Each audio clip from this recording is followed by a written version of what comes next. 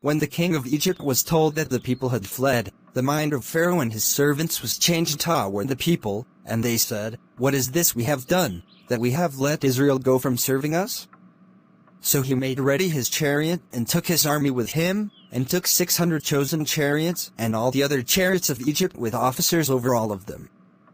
And the Lord hardened the heart of Pharaoh king of Egypt, and he pursued the people of Israel, while the people of Israel were going out defiantly. The Egyptians pursued them, all Pharaoh's horses and chariots, and his horsemen and his army, and overtook them encamped at the sea, by Pi-hahiroth, in front of Baal-zephon.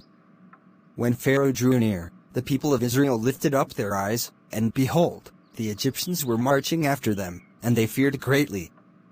And the people of Israel cried out to the Lord.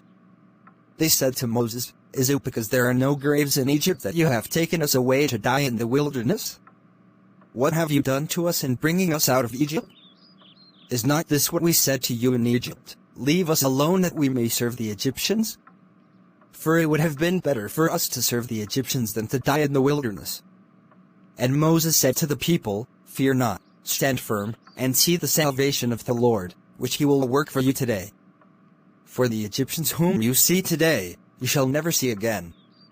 The Lord will fight for you, and you have only to be silent." The Lord said to Moses, "Why do you cry to me? Tell the people of Israel to go forward.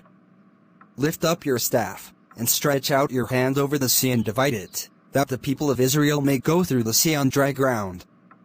And they will harden the hearts of the Egyptians, so that they shall go in after them, and they will get glory over Pharaoh and all his host, his chariots, and his horsemen.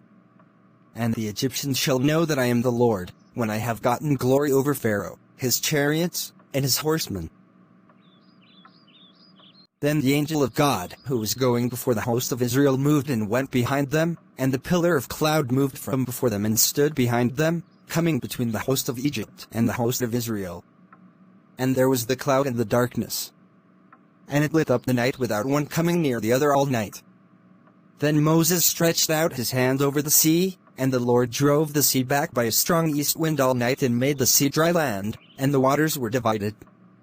And the people of Israel went into the midst of the sea on dry ground, the waters being a wall to them on their right hand and on their left. The Egyptians pursued and went in after them into the midst of the sea, all Pharaoh's horses, his chariots, and his horsemen. And in the morning watch the Lord in the pillar of fire and of cloud looked down on the Egyptian forces and threw the Egyptian forces into a panic, clogging their chariot wheels so that they drove heavily. And the Egyptians said, "Let us flee from before Israel, for the Lord fights for them against the Egyptians." Then the Lord said to Moses, "Stretch out your hand over the sea, that the water may come back upon the Egyptians, upon their chariots, and upon their horsemen." So Moses stretched out his hand over the sea, and the sea returned to its normal course when the morning appeared. And as the Egyptians fled into it, the Lord threw the Egyptians into the midst of the sea. The waters returned and covered the chariots and the horsemen. Of all the host of Pharaoh that had followed them into the sea, not one of them remained. But the people of Israel walked on dry ground through the sea, the waters being a wall to them on their right hand and on their left. Thus the Lord saved Israel that day from the hand of the Egyptians, and Israel saw the Egyptians dead on the seashore.